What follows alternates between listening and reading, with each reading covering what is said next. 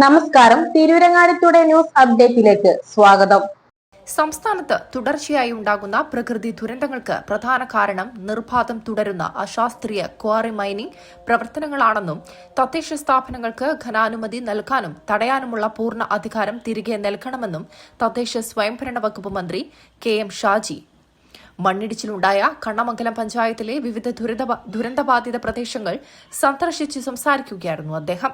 വർഷം തോറും ദുരന്തങ്ങൾ ആവർത്തിക്കുമ്പോൾ ജനപ്രതിനിധികളും ഉദ്യോഗസ്ഥരും സ്ഥലം സന്ദർശിച്ച് താൽക്കാലിക പരിഹാരം കാണുന്ന പരമ്പരാഗത രീതിക്ക് ഇനി മാറ്റം വരണമെന്ന് മന്ത്രി വ്യക്തമാക്കി.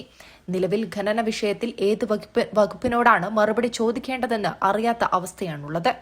തദ്ദേശ സ്വയംഭരണ സ്ഥാപനങ്ങൾക്കാണ് ഇതിൽ തീരുമാനമെടുക്കാനുള്ള പൂർണ്ണ അധികാരം നൽകേണ്ടത്. വലിയ മാഫിയകൾ വന്ന് ഖനനം നടത്തി ലാഭമുണ്ടാക്കി ഉപേക്ഷിച്ചു പോകുന്ന അപകടകരമായ ഭൂമിയാണ് പിന്നീട് പാവപ്പെട്ട മനുഷ്യരുടെ കൈകളിലെത്തുന്നത്. അശാസ്ത്രീയ ഖനനങ്ങൾക്കെതിരെ ശാശ്വത പരിഹാരം കാണേണ്ട സമയം അതിക്രമിച്ചെന്നും ഇതിനായി ശക്തമായ നടപടികൾ ഉണ്ടാകണമെന്നും മന്ത്രി കൂട്ടിച്ചേർത്തു.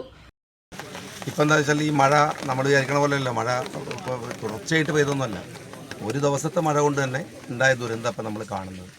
ഇതിപ്പോൾ പഞ്ചായത്താണെങ്കിലും പിന്നെ റവന്യൂ ഡിപ്പാർട്ട്മെൻ്റ് ആണെങ്കിലും ഒക്കെ തന്നെ ഈ മുന്നറിയിപ്പുകളൊക്കെ ആളുകൾ കൊടുക്കും. പക്ഷേ ദുർബലരായ മനുഷ്യരാണ്. അവർക്ക് 2 സെൻറ്റ് 3 സെൻറ്റൊക്കെ ഭൂമിക്ക് വേണ്ടിയിട്ട് അവർ കുറഞ്ഞ വിലയിൽ കിട്ടുമ്പോൾ അവർ വാങ്ങുകയാണ്. പക്ഷേ ഇത് സംഭവിക്കുന്നത് നേരത്തെ വലിയ മാഫിയകൾ വന്നിട്ട് മൈനിങ് നടത്തും. ആ മൈനിങ് നടത്തിയിട്ട് അവർ അതിൻ്റെ കിട്ടാവുന്നതിൻ്റെ ഇരട്ടി അടിച്ചു മാറ്റി പോയി പിന്നെ ബാക്കിയാവുന്ന ഭൂമിയാണ്. ആ ഭൂമി ഇങ്ങനെയുള്ള കുറേ ആളുകളുടെ തലയിലേക്ക് കെട്ടിവെക്കും. ഇപ്പോൾ റവന്യൂ ഉദ്യോഗസ്ഥന്മാർ ഇവിടെ ഉണ്ട്, പഞ്ചായത്തിൻ്റെ ആളുകൾ മുഴുവൻ, പ്രസിഡന്റ് അടക്കമുള്ള സെക്രട്ടറി ഒക്കെ അടക്കമുള്ള ആളുകൾ, റവന്യൂ ഓഫീസേഴ്സൊക്കെ ഇവിടെ ഉണ്ട്. ഞങ്ങൾക്കിപ്പോൾ ചെയ്യാൻ കഴിയാവുന്നൊരു കാര്യം അടിയന്തരമായിട്ടിപ്പം ഈ സംഭവിച്ച ദുരന്തം ആളുകളെ ഡിസാസ്റ്റർ മാനേജ്മെൻറ്റൊക്കെ ചെയ്യാം. പിന്നെ അതിന് ദുരന്തത്തിന് പരിഹാരം ഉണ്ടാക്കുക എന്നുള്ളതാണ്. പക്ഷേ ശാശ്വതമായി ഇത് പരിഹരിക്കേണ്ടത് എങ്ങനെയെന്നാണ് ആലോചിക്കേണ്ടത്. എല്ലാ വർഷവും മഴ ഉണ്ടാകുമ്പോൾ ഇതുപോലെ MLA, മന്ത്രി, പഞ്ചായത്ത് പ്രസിഡന്റും റവന്യൂ ഉദ്യോഗസ്ഥരൊക്കെ വരിക, എന്നിട്ട് അങ്ങനെ അടച്ചാൽ പോരല്ലോ. ഇത് ശാശ്വതമായി പരിഹരിക്കേണ്ട വിഷയമുണ്ട്. പ്രത്യേകിച്ച് പഞ്ചായത്തുകൾക്ക് കുറേ കൂടെ ഞങ്ങൾ നേരത്തെ പറഞ്ഞുകൊണ്ടിരിക്കുന്ന കാര്യമുണ്ട്. ഇത്തരം മൈനിങ്ങുകളൊക്കെ നടക്കുമ്പോൾ പഞ്ചായത്ത് അറിയണം, പഞ്ചായത്തിൻ്റെ അനുമതി ഉണ്ടാവണം, പഞ്ചായത്തിന് അത് നിഷേധിക്കാനും അത് തടുക്കാനുമുള്ള അധികാരം കൂടെ ഉണ്ടാവണം.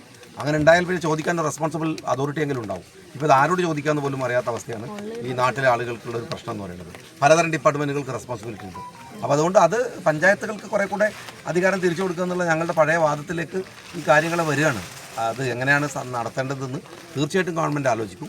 അടിയന്തരം ഇപ്പോൾ ചെയ്യേണ്ട കാര്യങ്ങൾ ഈ ആശ്വാസ പ്രവർത്തനങ്ങളിൽ ഞങ്ങൾ ഒന്നിച്ച് നിന്നിട്ട് ചെയ്യുക. എല്ലാ ഉദ്യോഗസ്ഥന്മാരും ഇവിടെ ഉണ്ട്, റവന്യൂ ഉദ്യോഗസ്ഥന്മാരോടും പറഞ്ഞിട്ടുണ്ട്. അവർ അതിൻ്റെ കണക്കുകൾ പെട്ടെന്ന് നമ്മളിപ്പോൾ ഇങ്ങനെയൊക്കെ വൈകാര്യത കാണിച്ച് പോയിട്ട് കാര്യമൊന്നുമില്ല. സർക്കാരിൻ്റെ മുമ്പിൽ വേണ്ടത് കണക്കുകളാണ്, ഈ നഷ്ടത്തെക്കുറിച്ചുള്ള കൃത്യമായ രേഖകളാണ്. അത് റവന്യൂ ഡിപ്പാർട്ട്മെൻറ്റ് തയ്യാറാക്കും, ഉദ്യോഗസ്ഥരോടെ ഉണ്ട്. പഞ്ചായത്ത് അതിന് സപ്പോർട്ട് ചെയ്തിട്ട് അവരുടെ ഇപ്പോൾ പറഞ്ഞു, പ്രസിഡന്റ് പറഞ്ഞു ആരെ വേണ്ടത്, എയ്മാരെ ആരെ വേണ്ടതെന്നൊക്കെ വിട്ടുകൊടുക്കാം. അങ്ങനെ എല്ലാവരും ജനങ്ങളും ഒന്ന് സഹകരിച്ചിട്ട് ഇത് ഡോക്യുമെൻ്റ് ചെയ്യാനുള്ള പ്രാഥമികമായ പണികളാണ് പെട്ടെന്ന് ഇപ്പോൾ ചെയ്യുന്നത്.